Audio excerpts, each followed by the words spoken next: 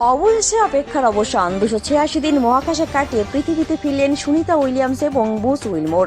তারা এক্সপ্রেস এক্সের ড্রাগন ক্যাপসুলে চড়ে ফ্লোরিডার উপকূলে নিরাপদে অবতরণ করেন।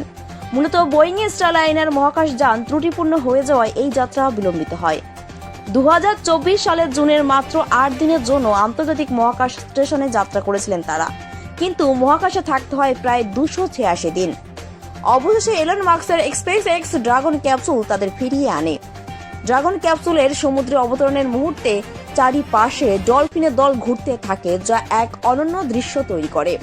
অবতরণের পর স্পেস এক্সের নিয়ন্ত্রণ কেন্দ্র থেকে মহাকাশচারীদের স্বাগত জানানো হয়। ক্যাপসুল থেকে তারপর বের করা হয় সুনিতাদের, তারপর জাহাজে করে স্থলভাগে নিয়ে আসা হয় তাদের। বিমানে করে এরপর সুনিতাদের নিয়ে আসা হয় হিউস্টনের নাসার জনসন স্পেস সেন্টারে। সেখান থেকে ক্রু কোয়ার্টারে রাখা হয়েছে সুনিতাদের। ক্রু কোয়ার্টারে তাদের শারীরিক পরীক্ষা নিরীক্ষা হবে। বেশ কয়েক সপ্তাহ ধরে চলবে এই পরীক্ষা। তারপর পরিবারের সঙ্গে সুনিতাদের দেখা করার অনুমতি মিলবে।